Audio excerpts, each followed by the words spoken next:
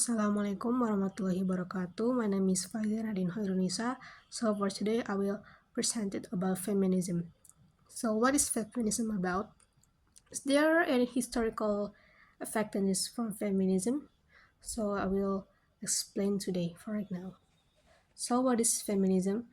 Feminism is a belief in social, economic, political of equality of the sexes. In a short definition, it's feminism is a person who support a role of feminism rights. So after we know the definition, we must know the history, right? So the history of feminism in from the 1972, there is Mary Wollstonecraft is published in the Vindication of the Right of Woman. It's like a paper or article. It is so in the article she criticized the sentimental and foolishness of women, like criticizing protest against exclusion of women rights. So in another time, in 1869, John Stuart Mill published The Subjection of the Woman. He used the image of slavery and bondage. So short history, like they make an paper or article about figures of women in that time. And in Victorian era, in the Victorian view of women, this era is characterized as the domestic age, is the age of the home.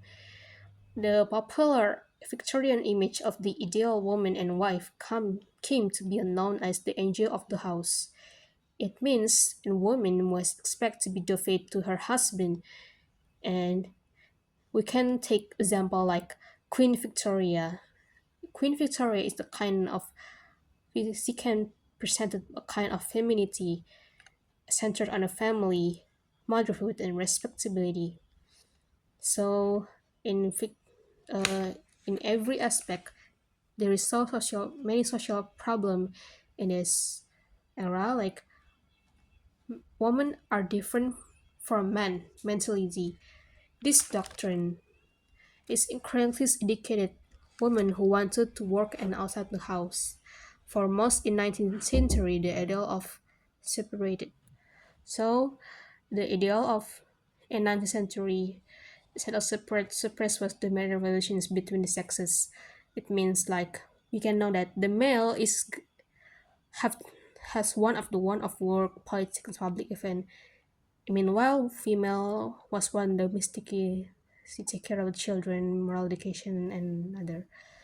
There is a after the social problem, there's a key element that no can separate for this problem, like education and social justice. Education in women.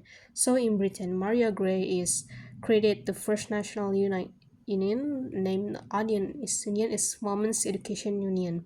It was founded by her in 1878. And social justice is established by middle class reformers. The founder is Jane Addams and Ellen Gates Starr. So these two women is established the National First Settlement House, it's a whole house in Chicago in 1889. It was designed for the poor, mainly foreign and born working class families. So in this year, Jane Addams becomes the most famous women in the United States.